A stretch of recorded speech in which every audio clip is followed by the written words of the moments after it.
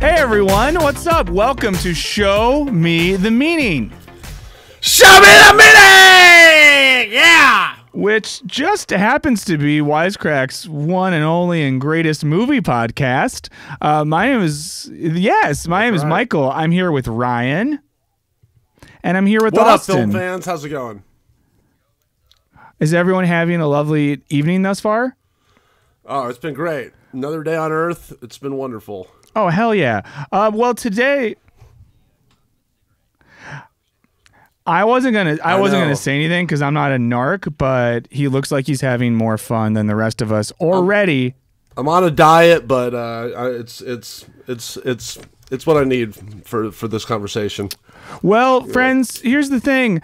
You know, does democracy work in general? I don't know. Does it work when people get to vote on what movie we talk about? Yes. So I can say for certain that the polling numbers that we had this week were completely accurate.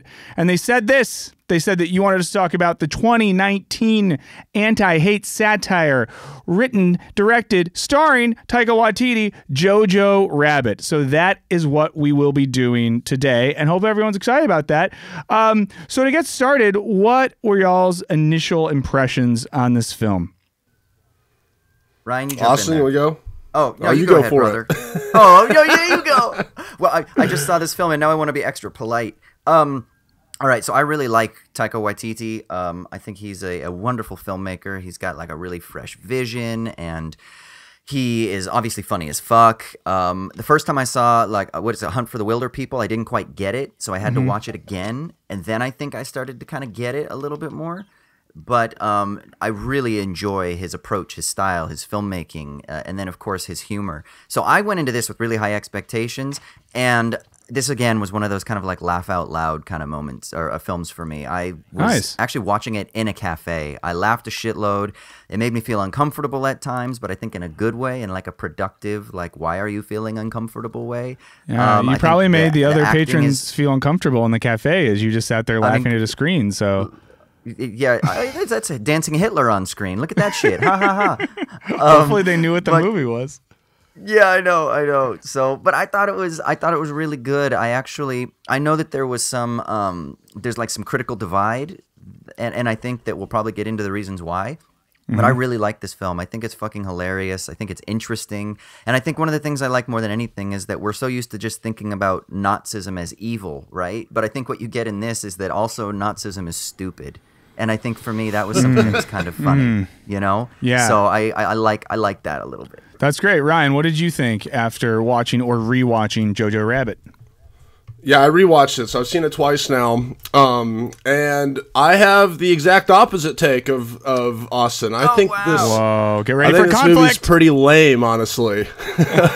Oh no! I'm also a Taika fan. You know, I think he's great, and honestly, I don't. It's weird because my thoughts in this movie, like I think he's good intentioned in making this movie, and he's a great filmmaker, but this movie just does not work for me at all on any level, and I don't really like there's some funny stuff here and there scattered throughout, but just like the conceit alone, like I kind of like, especially after the second time, I'm like, who is this movie for really?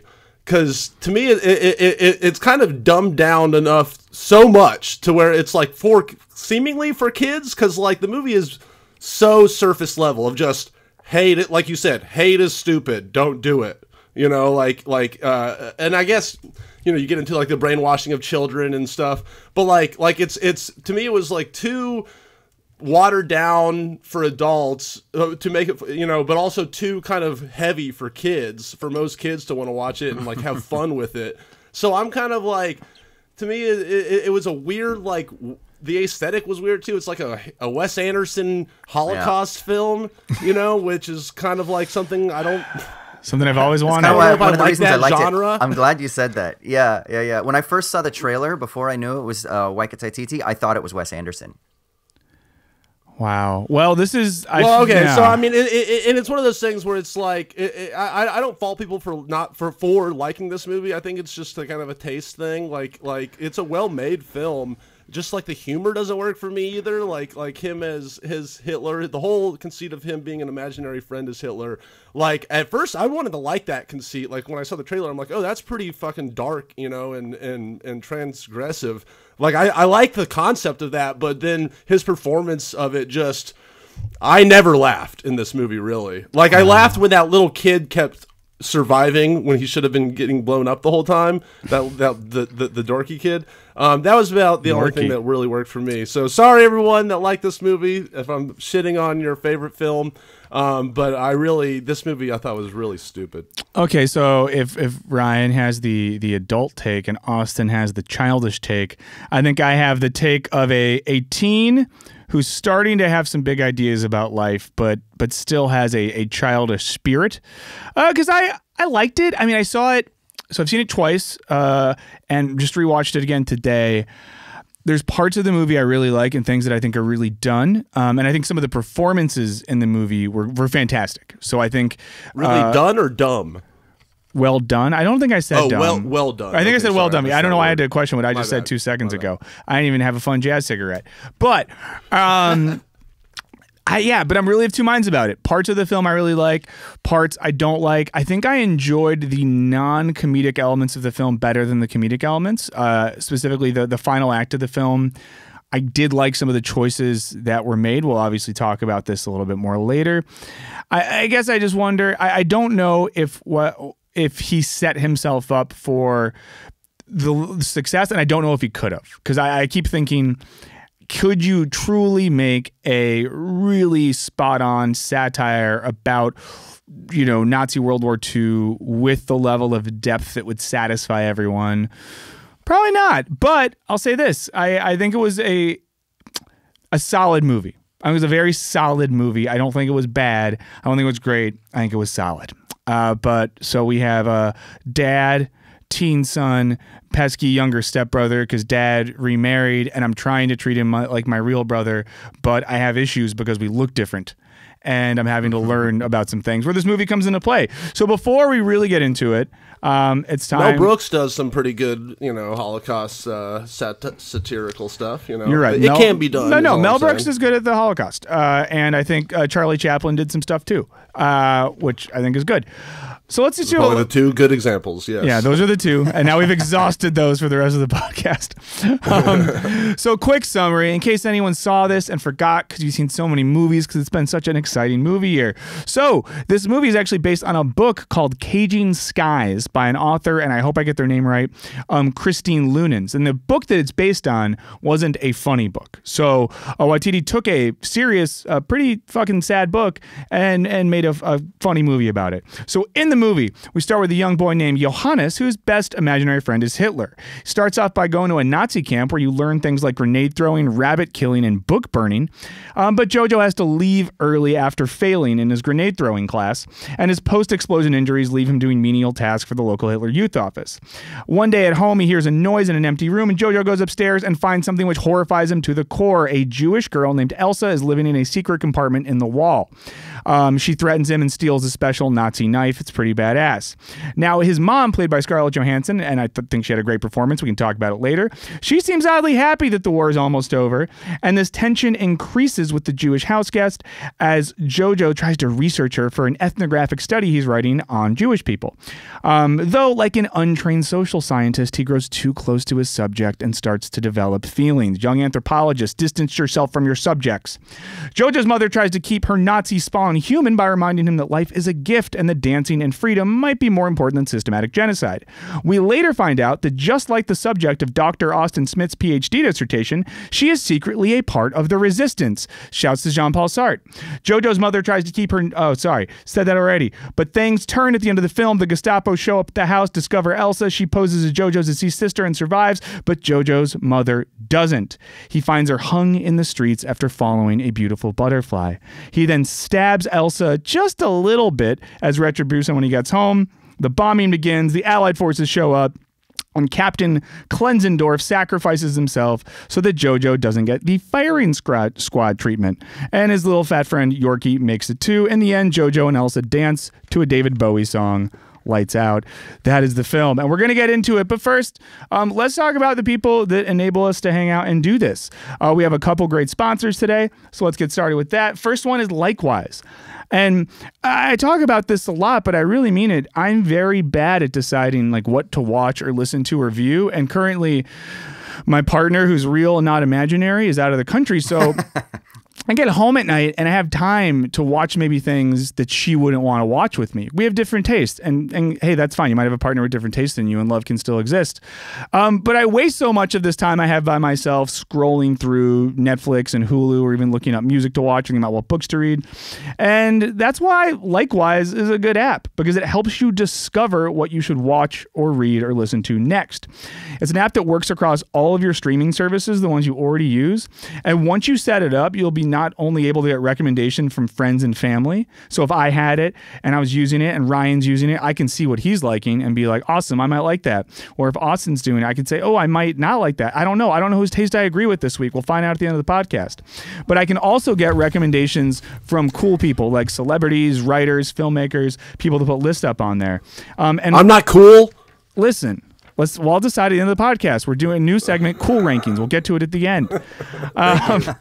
But you could even, if you download Likewise today, which I think you should do, because why not? You could recommend Show Me the Meaning to friends. So a friend could see your account and be like, what is this cool movie podcast? I want to listen to it. So I think you should do what I did. Download Likewise today. You can do it on the App Store if you got Apple stuff, or the Google Play Store if you're a green text bubble person. And you can go to likewise.com/meaning to get it right there. It's an amazing way to find fresh new content and culture to consume.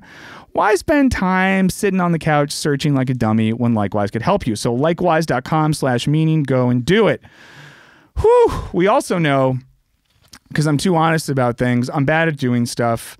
I am not focused enough in my craft and practice, which is why I'm liking another service and website called Skillshare. Now, Skillshare is an online learning community, and I love learning communities. Those years I spent as a child in various learning communities, I found them fun. I like learning stuff. And this is one where millions of curious minds come together to continue on their own creative journeys. You got classes on graphic design, photography. You can learn how to make stuff. You can do web development. You're doing crafts. You can do so many things. It's really fun, and you don't have to go to some community center where some creepy old man puts his arm on your shoulder and you don't know if he's the teacher. He's just there. Now, I'm currently trying to work on getting better at writing. So I checked out this course. I think you should check it out too if you're a writer. It's called Creative Writing for All, a 10-day journaling challenge taught by Emily Gould, a writer who I've genuinely loved for years. She has a really fun Twitter account, and she's married to a good writer. So they're like a writing power couple, and I love power couples. Now, one of the best parts about using this is that it's super affordable, especially compared to taking a class at an in-person learning center. The annual subscription is less than $10 a month. You might have a coffee order that's almost that much, or like a coffee and a snack or something.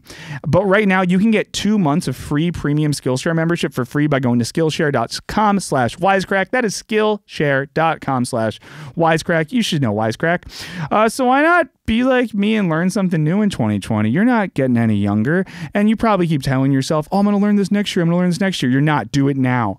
It makes way more sense than getting like a gym membership or like signing up for a class that you're going to stop going to because parking's hard. So go to Skillshare.com/Wisecrack today and start that free 2-month premium membership. So thanks to both of those sponsors for letting us be here and do this. Please check them out. Now let's get into Jojo Rabbit. We already had some contention just to get started. So who wants to start it off? Does anyone have anything they want to say? The floor is yours if you do. But just be nice, okay? We're here to be friends. I said a lot of what I think at the beginning. I mean, I do think it has, stuff to say about, I guess, share or learned bigotry when you're a kid, and freaking, but like, kind of like I said at the beginning, though, it's so like, to me, it never broke the surface. It was just always, it was very much like, all right, we get it. Nazis suck. They're stupid. But like, even the Nazis, you said that it made them look stupid, and that they're not just monsters like they are in normal movies. I like it in movies not to get into a too controversial subject, that humanize Nazis. It's like, because they're people, and then when you get into their heads, it makes it that much more powerful how a human can do such an evil thing. So would you say, Ryan, that what this is doing is like the opposite side of the coin for making a Nazi a monster? It's just making them these goofballs? The thing. It's that they didn't pick a lane. Like Mel Brooks makes some cartoon characters, but it's totally in the service of being a complete set parody, a complete, slapstick, like, look at these buffoons, and he was doing it at a different time too. Like now it's like kind of, to me, like Nazis being shitheads is so rote, so kind of cliche, and he had an opportunity to do something cool with it. He did kind of do something new with it that I hadn't seen, and it is like a kind of a sweet Nazi movie, like in the sense that, like, it's like very I don't know, what even the word is, saccharine sweet. Like it's like it's a bit trying to do something positive, which I give him credit for just attempting that. But yeah, like I said, it didn't. It was kind of it didn't make me laugh, and it didn't make me think, and it just kind of was lame in my bit. Wait, so I kind of thought it was like the exact opposite, that it was precisely humanizing it, but not in a way of like, oh, let's empathize with the Nazi, but more like an exploration of the Nazi imagination. Because that's what I thought this whole film was about. It was about the imagination, the power of the imagination. And so the thing that I was really tuned into, for whatever reason, was the theme of subverting expectations. So it starts with the very beginning when Fox Searchlight comes up. You know how there's the brum-bump, brum-bump, brum-bump, and then what are we expecting? Dun, da-da-da, or whatever it is, right? It doesn't do that. It goes brum-bump, brum-bump, brum-bump, and then it goes into the music of these German kids singing a song, which so totally, it's kind of fucking with you already as the audience, saying like, okay, we're going to play with your expectations, which is, watching a film is all about playing with the imagination, and we're not just ever watching a film in its own context, especially a film that's about like Nazis. We're thinking about Nazis. We're thinking about children. We're thinking about World War II. We're thinking about history. So we go in with all of these imaginative expectations, and immediately we're like, okay, that's going to be subverted. And then you get all this pop music, and the pop music is all sung in German. And then you get like this introduction to Hitler as being like, instead of the British invasion, it's like the Hitler invasion, but it's like the Beatles fans, and people are screaming and cheering like it's this fanaticism, but that's all done like there's that this was almost, cool. I agree with you right? there. And then so there's this sense in which I thought the film was presenting to us this really interesting exploration of fanaticism, of commitment, and then of political hatred, but all through the prism of the imagination. And I think that most stridently comes across at one point. Elsa in the Wall, she draws a picture of Jojo, and he's got like this weird distorted head, and he's like, what is this? He's like, this is me with a weird head. And she's like, where's the Jew? And she says something like, it's in there. And the idea is that the Jew lives in your distorted imagination. And I thought that was really kind of interesting.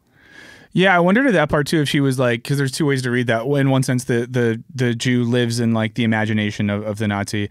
In another sense, like that version of Jewishness is just a created concept put onto the world from like the Nazi psyche or whatever. So I like that a lot. The way in which I think the Elsa character was I think in a certain way that my favorite part, but the part I wish they would have done more with, because I think the Elsa character pushed a lot of interesting questions about ideology. She was the one who kind of antagonized Jojo to reveal, I guess, reveal the shallowness of his hatred. Jojo wants to present himself as a badass 10-year-old Nazi, but of course, Elsa, within a few seconds, when he writes the fake letter from Nathan that says like, I'm Nathan, I don't like you anymore, P.S. I'm fat, she sobs or makes a noise, and he immediately says, oh, never mind, there's more to the letter.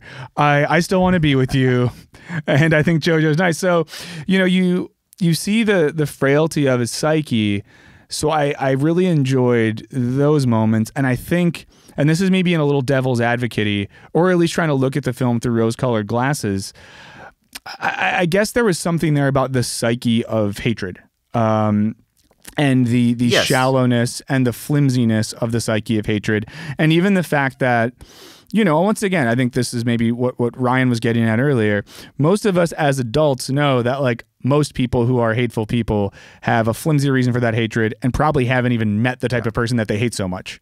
So to see that encounter of Jojo with Elsa and the development of their relationship, I did find pretty interesting, and I think it got at some ideas. Yeah, and there's a I do think the character, yeah. No, yeah, I was going to say there's a romanticism that's in this as well, because then related to all of this is that there is like this spark of innocence that is just covered over, that's buried. Like the mom says that, oh, you know, I know that little boy that thought that I invented chocolate cake and that was sweet and all that stuff is still there. It's just that it's stifled. And all of this, I think, is important thinking about Rilke, who is mentioned at least a couple times. And then there's a quote from Rilke at the end that ends the film. But Elsa quotes Rilke and talks about love. And there's this idea that there is this truth and connection and love that she has with her fiancé, right? And that maybe there's something about the truth of humanity that is actually ultimately good, but that is corrupted by stupid thinking, by stupid imaginative ideology that covers over the weird contradictions. But rather than cover over it with stupid hate, why don't we just tap into the love? And that's why the quote from Rilke at the end is like, let things happen, both terror and beauty, I think is the quote, right? And that's the idea. Like, let it hit you. Let it confront yourself with the other, you know, and don't presume that the other is a monster with horns that's just hidden under and that hangs like a bat from the ceiling upside down and stuff like that. But that I think that there's a romanticism that humanity is good and innocent, but we just need to allow that to flourish, you know? I think Ryan's been completely convinced, and now he loves it. I wouldn't say that. I just wish it was a funnier movie, man. Joe, so were there any parts you did? So you found it funny when Jojo gets to like run through the bombing and missile fire, and he's fired. Oh no, you like that Yorkie, the friend, doesn't get hurt and keeps surviving, right? That was funny at the very end. You know, when he just kept coming back, that was a good callback every time. I laughed. But I'm glad that you brought up the Beatles song at the beginning, because when the movie starts, I'm pumped. Like I'm like, okay, this is a cool way to start a movie, and you know, having the Beatles, a German version of "Hold My Hand," right? While you're watching these Nazi parades and Hitler speeches. I mean, I was like, all right, sweet, we're in for a fucking ride here. But I don't think it ever really lived up to the promise of that awesome montage at the beginning. But yeah, that was a great example of an inspired moment that made me laugh. I mean, there was some good physical comedy, like when the training and stuff, when the kid gets blown up. Yeah, you know, that made me laugh. And you know, I was saying earlier that all of the Nazis were pretty much cartoon characters, and I still kind of believe that. But there was Sam Rockwell's whole arc was pretty cool. You know, I that was another highlight. You know, he was one. Yeah, because again, do you think that his kind of protecting of Jojo at the end, is that not him kind of revealing that he has that spark of, quote, goodness in him too? Like, do you think, again, that there's that idea? Yeah. Maybe it's naive, and maybe it's overly sentimental. Kind of. He just seemed over it. Like, he seemed like he probably believed going into the war, and the war itself had made him a realist and made him realize that it was all a kind of dumb, hateful facade and meant nothing. Which is why he's willing to kind of fall on his sword. I mean, of course, too, like he helps Elsa out, you know, in that moment where he like lets her say the wrong birthday to JoJo's sister's passport or whatever, and then, you know, lets himself get murdered so JoJo can get away. I don't know. I just felt like that. Like he was the example of someone realizing how bad it was, but like then it's still like a Nazi and like a Nazi lieutenant, and we humanized it pretty quickly. I don't know.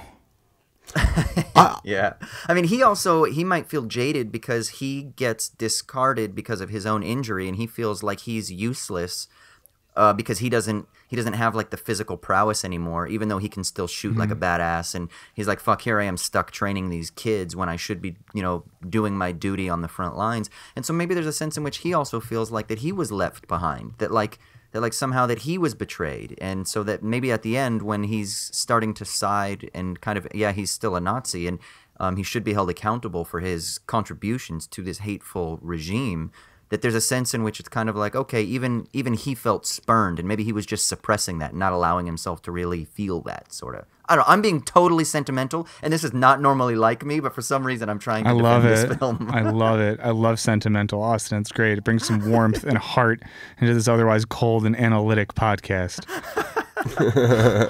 I kind of wish too that like Nazis are usually kind of just symbols in movies. They rarely get into like actually like the historical like how did we get here kind of a film, and we really don't get that in this movie either, for good reason, because you're kind of supposed to be seeing it from a kid's point of view who's already indoctrinated into it. But to me, maybe this is just me reaching, but it would have been nice to have some adult Nazi explaining, and not just saying, oh, screw the Jews, but like really somehow explaining cinematically how they got to this ideology, like these people did. And we really don't get that. They start out as buffoons, and then we're just supposed to accept, all right, yeah, Nazis obviously suck. And I mean, I believe that, but it's like I kind of like them to tell me why too, or show me. Yeah, kind of too. I felt like there was this. I wanted to say haunted, but that's a little bit dramatic. I was very aware that the movie also doesn't acknowledge the existence of the Holocaust. I don't think at all, which is what it is. But I felt that a little bit. Like, I guess the fact that we only have one Jewish character in the film, in Elsa, who doesn't leave, the house until the very end to dance to David Bowie. I did feel that lack. And we saw scenes of war and training, but that was kind of left to the side. And of course, I think it would have been harder to be goofy about that and to have Sam Rockwell and Rebel Wilson making, silly quips about Auschwitz. But I still do feel like there's an intensity to World War II and Germany in World War II.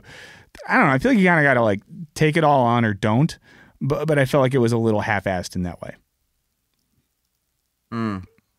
Yeah, that is interesting. Sorry, I brought the tone down. I didn't mean to. Well, I mean, I guess since I'm the defender of the film, I mean, I think that there's part of a reason why, right? Because if you just tell this story in like a really simple microcosmic way, which is I think kind of what this story does, right? Then I think the general principles open up to it. So even though the film doesn't talk about that, and you only get a couple of even like insights into the Allied powers, but there isn't really an explanation of like why are they the good side? Why are they not the Nazis? Like what motivates them? Is there anything like that? And I think part of the reason is just because it's meant to be that really simple exploration of the distorted imagination, but that spark of humanity always persists. And so that's the universal general idea that hey, the Nazis were evil, they committed these atrocities, but that's only because they were like repressing or distorting the beauty of what it means to be human, which is found its kind of most potent realization in love and connection and in beauty and in truth and in hope and things like that. I guess I pretty much agree with you. I would just say that is, I guess, maybe for my cinephile taste, too simple of a story. It was just kind of, I very much felt like I was just watching a after school special kind of about hate. Wow. Yeah. Well, I did think that the second act dragged on. I thought that for me, I thought the first act was really nice. I also agree with you, Michael, that the third act was really nice. The second act, once we first are introduced to Elsa, there were some moments that really dragged, and it wasn't until her relationship with Jojo starts to kind of blossom a little bit that for me it started to pick up again. But I'd say the first half hour, 35-ish minutes, I thought was really nice. It moved really well. Then when she's introduced, for some reason it actually slowed down, which is, like a great trick of screenwriting is, second act you're introduced, or at the end of the first act you're introduced to like a new character or something like that, right?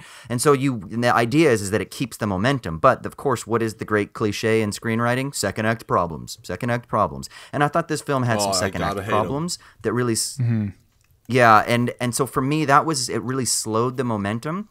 But then it kind of redeemed itself by the end of the second act into the third act. So I do, from a pacing, from a cinematic perspective, I do think that it wasn't a perfect film. That's why I said I really liked this film, but I don't think it's like What We Do in the Shadows, which is, I think, my favorite film. Or like Hunt for the Wilder People, you know? Yeah. Well, so here's what I wonder. So, I guess he had to add the sort of descriptor of the anti-hate satire thing because there was controversy when the movie was coming out. So I don't know if that's something he'd aimed at initially to say. But what do we think he wanted to do with this film? Because I think it's an ambitious movie in terms of what he takes on.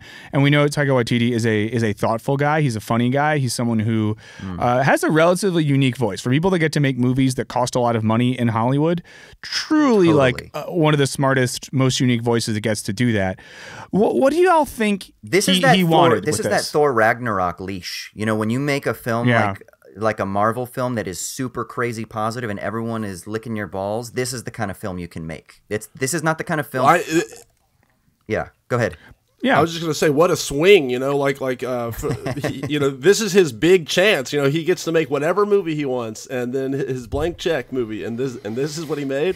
You know, but it's nominated for 6 Academy Awards. No, it's great. Nice. I mean, honestly, more power to him. The Lighthouse. Did you guys see The Lighthouse?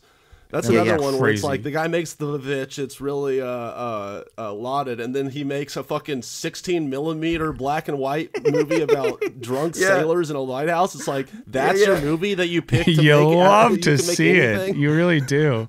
It's like box office poison. Well, so why though? Why do we think? And I'm asking us to get inside the mind of a man from New Zealand that I imagine neither of us know. But if you do, that's cool. Why did he make this swing? Why is this movie he made? Mm-hmm. I mean, from what I understand, he's Maori Jewish. Yeah, I think one of his parents is Jewish. Well, and so he's. Yeah. Go ahead. Yeah, go ahead, Ryan. I was just gonna say, I think he has a personal connection, but also. Like, I think he's certainly kind of reading the zeitgeist, you know, like saying like, hey, you know, the world could use an anti-hate satire or whatever the fuck you want to call it. But also his sensibilities are just kind of so, I mean, which I love. Like, we don't have enough like positive, you know, sentimental filmmakers out there that are like, you know, not. I mean, it's ironic filmmaking, but it's like it's got a heart to it, and I think he kind of was like, "Hey, how can I blend my talents making that kind of a movie with kind of a message that would resonate with today?" And I think that was kind of his idea, and he wanted to make a kids movie too. Yeah. Yeah, rather than saying sentimental, I just thought maybe it's sincere. And you know how there's that new sincerity movement in literature that people generally attach to, like David Foster Wallace and stuff. And we did a video on Bo Burnham that Michael actually wrote, Holla. So I think that there's something I think that he is a very sincere person. He's using the irony and the satire and the jokes, but it's not just to deconstruct and leave you in the nothingness. It's also with a very sort of romanticism that's infused into it. And I think that's what he's kind of saying, is that we live in a world where there's rising fascism around the world. You know, look at Viktor Orban. Look at what's going on in Turkey. Look at look at Modi in India. Obviously, issues with Trump and some of the nationalistic sentiments that are being drawn up in the States and then in the UK with Brexit. And so he's looking at the world. And there was just a huge terrorist attack in Christchurch in New Zealand, which is his home country, right? And so he's kind of looking around the world and he's looking at this emergence of hate. And I think this is his way as a humorous, goofy critic, but also someone with a sincere heart who is a bit of maybe a sentimentalist and a romantic himself. This is his way of trying to contribute to addressing that, what he sees maybe as like an emerging problem. Yeah, I mean, and you see that sweetness and that optimism in the way the movie, the way he chooses to end the movie, which is two kids more or less slowly starting to dance to "We Can Be Heroes" by David Bowie, a song with a lot of emotional resonance. Yes, in German, and a song, you know, and I think. I might be wrong on this, so if I am, someone, write an email and tell me to like jump off a bridge or something. But I think Bowie recorded that album in Germany as well, or like Berlin or something. So there's a little bit of overlap there. Huh. I'm probably just making stuff up, but I think the ending is like sweet. But for me, I think the first time I saw it in the theater, after going through that emotional experience, I thought it was really nice. And of course, that touches back on his mother, Rosie, telling him earlier in the film, you know, fuck all this war shit. Sometimes you just got to dance. You need to be human. You have to laugh and love. And, you know, Rosie equates freedom and dance in the film. So I like how he tied that thread together. Of course, and so that's me leaning to the Austin side of things. And for anyone watching, I'm now trying to physically move where I am on the screen. But leaning to the Ryan side of things is the fact that, you know, at the end, it's like, okay, so we shouldn't be Nazis and we should dance. Which as someone who's not a Nazi and enjoys dance, great. But I'll say this too, for everything we're saying, this is the reason I don't think I want to say anything too negative about the film. He took a swing to make a comedy that had some political guts to it, and no one's really done that recently. We're living in a weird political time. Like Austin just listed off all the reasons. I feel like in a lot of other points in history, things are going on politically, and comedians and comedic writers of that era are able to respond in interesting ways. I feel like it's been pretty flat the past 3 or 4 years, so I like that he swung for something. But yeah, I think I would have liked to see. Do you think he was just too naive? No. I just think that I honestly think it comes down to the screenplay. Like, I think he's a perfectly competent director. Obviously, like, it looks great. I think that he just I don't know, maybe miscalculated the screenplay, in my opinion, in terms of how effective or funny it would be.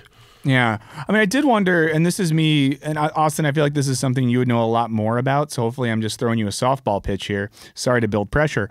But I did wonder if one of the points it was making as well was kind of something, and to get a little Freudian Lacanian here, about cultural superego, and this idea that often in culture we find our father, so to be, whether it's in a religious system or a political system.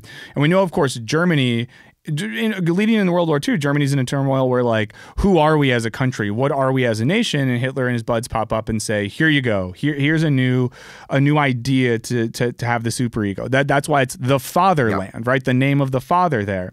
And of course, Jojo is fatherless. So we have a fatherless boy who maybe represents a more, you know, unconscious fatherlessness of the German people, who finds meaning there, finds a new master signifier in National Socialism, lets the superego make sense of his life. Read that way, that maybe Waititi is saying something about how we might be doing that now, and we do that throughout history. We replace a sort of cultural void or a lack of a superego with the shit that kind of slides right in there and says, I'll be the father now. Totally. And you know what's amazing? And then who's the protagonist in this story is the mother, because she's the one who is contrary to the logic of the father. The logic of the father is here. So up to go full Lacanian and use Zizek, actually. So the logic of the father is the imaginary. It's the thing that you use to cover over the gaps and the contradictions. So Germany is experiencing this economic depression. So what do? They scapegoat the Jews. They scapegoat the gays. They scapegoat the people with special needs. They scapegoat everybody else, the communists, and they create this imaginary new signifier, the fatherland, right? Which covers over those contradictions. So you don't actually have to deal with the contradictions. So Zizek says that that's the logic of the obsessive, the obsessive that scapegoats, that covers over the gaps. We might say that's the imaginary. And then he says, and then that's the logic of fascism for Zizek, that's what it does, is it essentially is obsessive. It covers over, it gets obsessed with, and it has to perpetually push aside the real truths of the contradictions that led to this economic depression, that led to the negative situations within the society of Germany at that time and during the interwar period, you know? And they'd actually go back to, obviously, decades prior to that, to the First World War and beyond, even before that. And then, of course, what you have then is Scarlett Johansson, whose character is not the father. It's not the logic of the father. And she's trying to say, stop, your father's... She's not saying it in a mean way, because she doesn't really even have the heart to maybe even address what's going on with the father. Is he a war deserter? Is he a traitor, quote unquote, to the fatherland? But still, her kind of like otherness as being outside of that logic of the father, that logic of the obsessive, it offers us a different way of viewing the world. And I think there's something then about the feminine here that is really important. And I don't know, was he raised by a single mother or something like that, Taika himself? Do we know? Because it feels like that. Like I was raised by a single mother. And so I get that, you know, like my father was still in the picture, but I get that they were very different in how they raised me. And there was like the logic of my father, which was be a man, be critical, be analytical. And then my mom is like, be an artist and let's go hang out at the theater. And here are my gay friends. And my dad is like the conservative Christian that's like, no, it's going to rub off on you kind of thing. And, you know, my parents were never married. So it was able and just to say like this, 90% because mom, 10% yeah. of my dad. And so I kind of see that. Yeah. Well, to butt in for one second, go ahead. and just to be clear on this for the listener, but in the like Lacanian, Zizekian world, when we're saying feminine and masculine, it doesn't necessarily mean penis and vagina in a literal sense. We're talking about masculine and feminine logic. No. But I think that maps on in the film well. But just so that's like an interesting side of it too, and of course works in this film. And I think you're absolutely right. But just in case anyone thought that Zizek and Lacan were that basic. No. No, but I think. But yeah, so in ScarJo, her character I think becomes the kind of she's like the conceptual hero. Yeah, and I think, and this not to deflate all the awesome stuff you said, and that's my dream to throw a softball pitch and have you hit a home run like that. But and I know we don't normally go down this road too much on this podcast. I just want to say as well, I thought I'm not the biggest ScarJo head. Loved her performance. I love her. I thought it was great. And going into it, I thought in a lot of ways she was the emotional center of it. You're totally right that she was the one that offered this whole other logic, like a counter logic to the entire situation that built that tension. And then, of course, just so we can talk about it a little bit, we don't have to. I found the beginning of the third act when Jojo finds her hanging in the square, chilling and really powerful. I didn't see it coming. Right now. That was deep. I just got chills right now. Yeah. Everything that set up to that scene, we just thought that Jojo and Elsa made it out from the Gestapo. He's in the square. He sees a butterfly, and I thought the choice to just show her shoes as well was great directing. A really gut punch of a scene. That's a part of the film I have no qualms about. I'm a Jojo. Nominated I'm a ScarJo twice fan. this year. What? I'm a ScarJo fan. I'm a ScarJo fan, not just because she's beautiful. Yeah. I think as an actor, she suffers from that thing that we get. Like Chris Evans has this problem too. They're so beautiful that it's hard for us to take them seriously. And I think Brad Pitt had this for a really long time. And it wasn't until he got a little bit older. The problem is he's still fucking gorgeous. But it's like, it's hard to take somebody like Chris Evans seriously because he's so beautiful, but then he does Snowpiercer and he just puts on a hat and a beard, and that's how they make him not as attractive, right? And he has dirt on his face, and then you're like, okay, he's actually a really good actor. You know, is that why? Yeah. And then but I think with ScarJo too is that she's so beautiful that it's hard sometimes for us to take her seriously because she's viewed as like a sex icon or something like that. But actually, I think she's really good. She's great. She had a hell of a 2019. She has proven herself, man. Did you guys watch Marriage Story? She came through hot. She's throwing heat. And by hot, I don't mean physically. I mean, her performance was awesome. She threw heat.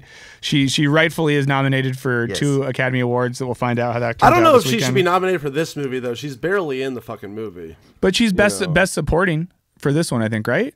Dude, Anne Hathaway won in Les Mis, and Anne Hathaway is in like 6 minutes of Les Mis, and she won, so... and I also didn't really think her accent was that like real. Accent wise, no one gave a shit. Like I think the way in which like we got all the German music, but a lot of different accents in this movie, from like English with a German tinge to full on English to like Sam Rockwell kind of sounded like, I don't know, a drunk person that was just listening to like David Hasselhoff music. Though? Yeah, like the Taika's kind of like. I like that they leaned into that. Like even his. Yeah, totally. Wait. So before we wrap up, any other thoughts? Anything we have not covered about this movie that is burning a hole in your young non-Nazi pro-dancing hearts? Well, what's y'all's favorite Holocaust movie? Let's go around. Pianist over here. Wow, that's good. I'm gonna go. I think is it Son of Saul? Oh yeah, that's a good pick. I don't know if I'll ever watch it again because it was such a intense viewing experience. But that movie just really knocked me on my ass. So yeah, Austin. Yeah. I'll say The Ninth Day. It's a German film with August Diehl, and I've never seen that one. It's brilliant. It's about a Catholic priest who's thrown into the camps. Oh yeah, no, yeah. I won't explain too much. Yeah, go ahead. There's a delay in the talk. I'm sorry, guys. I was talking over you. But yeah, good film. Ninth Day, German film. Check that shit out. Have either of y'all seen The Boy in the Striped Pajamas? Yeah. Yeah, I was thinking about that too when you asked favorite. That was a very powerful film. I don't know if I don't think it's like one of the best Holocaust films, but in terms of fucking gut punch, yeah, dude. And there's a French movie that I just like I can't think of the name of it now. French movie came out about 12 years ago about a French Catholic priest that goes into the camps as an act of solidarity. And the main actor is the guy that Amelie falls in love with, and Amelie. And I'm embarrassed that I can't remember it. And I'll think of it, and I'll tweet about it later if anyone wants to see when I remember it. So let's end with this real quick. If this pops up on streaming, someone has a free night, do you think they should watch it? No. Austin? Fuck yes. Okay, fuck yes. So we have a Absolutely. no and a fuck yes, and I'm going to say, yeah, why not? So take that for what you will. My reason is just because there's other movies out there that Yeah. I feel like are, you should watch instead. Okay, I mean, if you're bored out of your mind, go watch this movie. If You'll you're get something out of it. unemployed, if your grandparents started the Nabisco company, they left you a ton of money, you're now independently rich with nothing to do, yeah, fuck it, watch it. But also send us some money. Go watch Color Out of Space instead. That's my recommendation. All of you people out there on the internet, Color Out of Space is the movie to go see in the theaters right now. There you go. Don't watch anything. Don't read anything. You'll thank me. Well, that's great. And then, you know what? While we're giving people recommendations, as always, genuine shout out to everyone who calls, everyone who emails. We really love it. We read them all. We listen to them all. You are a part of this podcast, and I mean that genuinely, even though it sounds like I'm being kind of silly. I really mean that. So if you do want to call us, the number is 1-213-534-8807. I'll say that again, 1-213-534-8807. And then because you don't want to talk on the phone, that makes you uncomfortable. You probably want to email. So in that case, you go to movies@wisecrack.co. No M.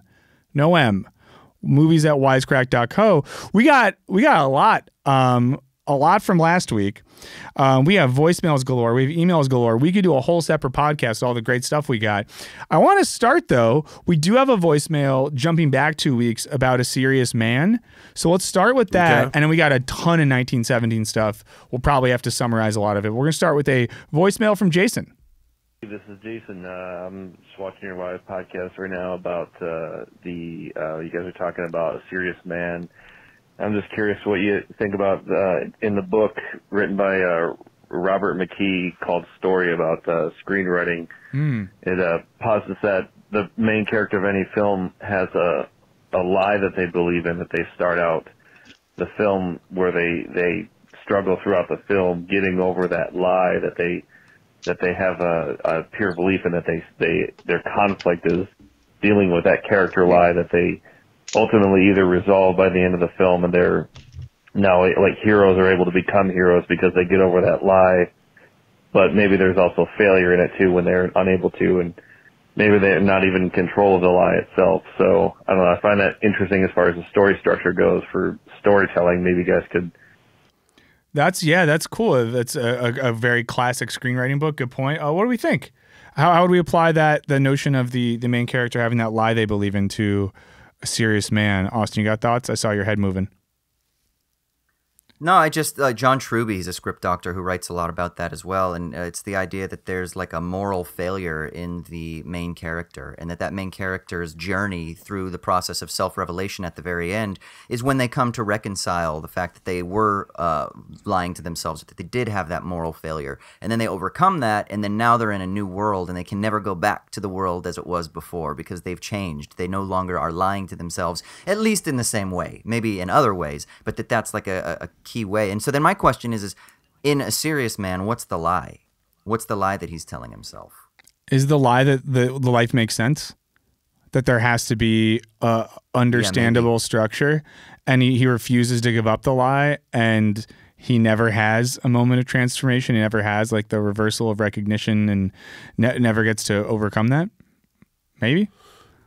Ryan? The lie is just that if he just lives right, is a good guy, and is a serious man, he'll be a a serious man and everything would be cool. Wow. That's the lie. And God will reward him. Yeah. Yeah. Oh, that's good. Well, thank you, Jason, for bringing that up. And I'm just glad we got a call. And if you didn't hear that, we did Serious Man a couple weeks ago. Go listen to it.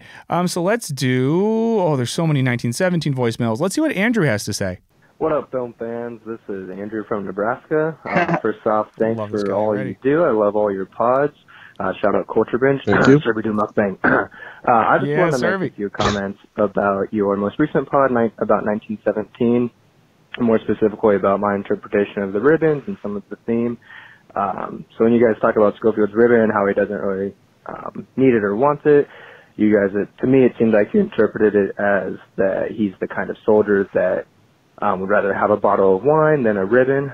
But to me, it seemed more of Scofield was the type of soldier that has seen so much shit that this ribbon is just a reminder of the horrific events that happened and maybe the friends that died. Because a lot of times in war military, soldiers are with, moved around a lot. There were different squads, and so maybe this is some history that Blake has never seen with Scofield. That's why he didn't understand why he didn't like the ribbon and what the ribbon was for. So yeah, that's what do you guys think? That's a good take on that. Good. Yeah, there was an email where someone mentioned that that the implication is that he fought in some was it the meat grinder or some really awful battle? I have this in front of me. Yeah, I don't know anything. This is because our listeners are smart as shit. It references that he was in the Battle of Somme, one of the bloodiest battles in history. So maybe I'll say this right now. We got a bunch of emails on this, but we had a really detailed one from a guy named David, another one from someone named Ryan, great name. Both of them brought this idea up that there's backstory in so much of the film, and that so much of 1917 in the background is the actual history of World War I, of actual battles that were happening at that time, of the actual locations where they were at. And just to give and this is once again, not research I did, this is our listener David, he said that this all reveals that Scofield is at the battle at Somme in offensive in 1916, which gave the British Empire its worst day in terms of casualties, over 50,000 in a single day in the entire history up until now. So that it was just like the bloodiest, gnarliest battle of the war up until that point. Yeah, so what we get is that we get a sort of jaded, grizzled, beaten down, I just want to go home Scofield, rather than adventurous or I don't care. This is more just I had my naive idealism, it's like this guy has my buddy seen does some now, shit. but I have had that shattered, and now I'm just doing. Yeah, and now he's just doing his fucking duty, and now he's just doing his duty so that he can just get home. Yeah, and David brings up in his email at this point, it's a little more general. This is his TLDR. He says, context is everything. Maybe not everything, but for historical dramas, it can be incredibly impactful. Should awareness of context be considered when judging historical dramas, or is that too subjective? Which I think is a really good question of about what we know. I know after, I didn't know shit about Dunkirk, and I saw the movie, and then afterwards was like, oh. Yeah, same. Yeah, and then when I watched it again, I felt like the movie was more impactful. What do y'all think though? Should we pay good attention in our history classes to properly appreciate historical films? Should the films stand on their own? We didn't learn anything about Dunkirk. Yeah, that's true. Yeah. I kind of like the idea of, you make a war movie and it can be appreciated if you're a true war scholar. And you're like, oh man, it's almost like there's a million Easter eggs. You're like, that's what, this is all like a period, this is all canon or whatever I forget there's a right word for it. Either way, I think it's cool that you can appreciate on that level, but then also if you don't know anything about that, it doesn't matter. It's just, it's still entertaining. Yeah. Nice. Anything else on that, or we want to check out another voicemail? Let's do it. Let's go to the next one. This is Kevin. Kevin, good name. I have a cousin named Kevin. He's a nice guy. Kevin from Virginia. I was just calling in about 1917. I picked up a different vibe from why he traded away that medal for the bottle of wine. I was thinking it was more so based on him not wanting the medal sent home instead of himself. kind of like a why would the medal matter more than my life to my family, to my wife and kids. That's an interesting point. I hadn't thought about that. Ew. Yeah. Kevin. Yeah, that's really good because people love to talk about like the old stereotype in the movies, at least. And then I had a grandfather who served in the military was look at my medals, look at the things that commemorate, right? And so rather than this being a physical memory, it's like, no, I'm going home sort of thing. Wow. That's impactful. That idea that you don't want to just be that medal that gets sent home to your kids. Boy, war movies make you think about stuff. Ryan, thoughts on that one? If not, I'm gonna. I think you guys said it pretty good. Right. Yeah, good email or voicemail. Thanks. Yeah, everyone's killing it. Let's hit up. Let's do one more. So we got this is, and I'm not being biased here because I identify as a Michael. Let's see what Mike has to say. Hey, Wisecrack, this is Mike from New York. I just wanted to offer a thought after your fantastic discussion of 1917 last episode. Particularly, I wanted to focus on a question that Mike posed early on, which was, does this have anything to contribute to the larger discussion on war? I think the answer is yes, but quite simply because of its choice to use World War I as the backdrop. And I think this is significant for a few reasons. The first being something you guys talked about in the video a few years ago on Battlefield 1, that sort of cinematic portrayals of war coincide with the political temperament of the time. And World War I has kind of entered the popular culture now more and more in Wonder Woman and Peter Jackson's recent colorization of World War I footage in They Shall Not Grow Old. We see the end of American dominance in international politics and a return to the sort of multipolar system that existed in 1917. So, why this is important is because the villain of the story is not a state or even a person, but really the war itself. And the second point kind of builds on that, which is that when you strip that kind of white hat, black hat mentality from war, of a kind that World War II films often embrace in popular culture, then World War I soldiers are largely portrayed as victims rather than as crusaders for a cause. And it's that quote-unquote cause that gives war at least ostensibly a meaning, but when stripping nationalism and the exchange of the medal for wine that you discussed, perhaps in a Sartrean sense, the indifferent chaos of such a war is a microcosm for the indifference of the universe, if you want to go in that direction. But wow, he knows his audience. Yeah, great voicemail. That was a great one. Wow, standing O. Austin, he said something with Sartrean. I know. I got nothing to add. I think that was great, and I need to chew on that.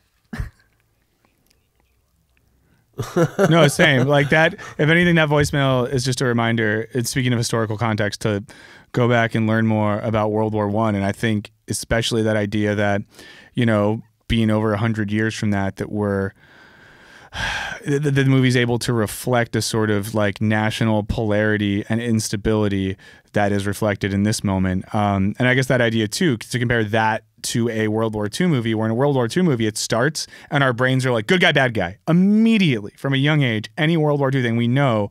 Whereas in World War I, it's just like, what's happening? Why is this happening? Why are they fighting? Who's good? Who's bad? Like, and that point about them being victims. Sorry, I'm just reiterating everything good that Mike just said. I'm going to shut up because he said it and it was good. I love the idea that, or the line when he said that, the war itself is the villain of the movie. Yeah, that is, unreal. That is something to chew on, like you said. Thank you, Mike. Yeah, thank you so much, Mike. And once again, thank you to, if we did not play your voicemail, read your email, we got it. We've cared about it. We've listened to it. It's good. Please keep doing that. So once again, call us at 1-213-534-8807.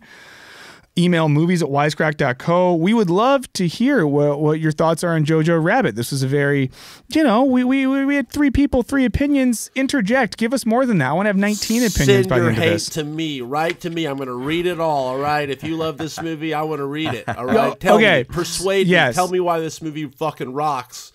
Yeah, so if you hated the movie, in the subject line, put Ryan's name in it. If you thought it was okay, Michael. And if you liked it a lot or loved it, put Austin's in there. We can sort you out that way. Yeah.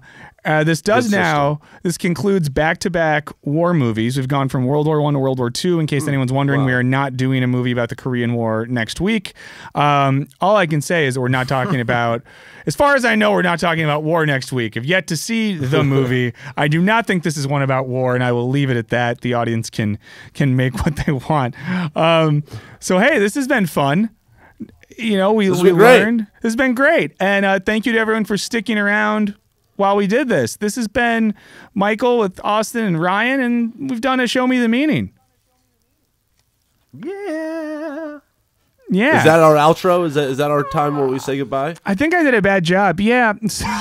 So yes. I'm sorry. So no, I'm okay. So that now for the listener, for everyone on here, I'm formally entering the outro period, and I'm gonna try to tee Ryan off. Sorry, Mike. Ryan, I know there's a thing you got to say, and I want you to say it. So I'm gonna do this. This has been Show Me the Meaning. I've been Michael. He's been Austin, and he's been Ryan. See ya.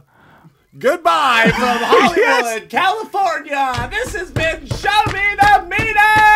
He did it. We did it. He did it. It all worked out. Teamwork makes the dream work. Thanks. Come back next week. We love this. Hey. I love you all.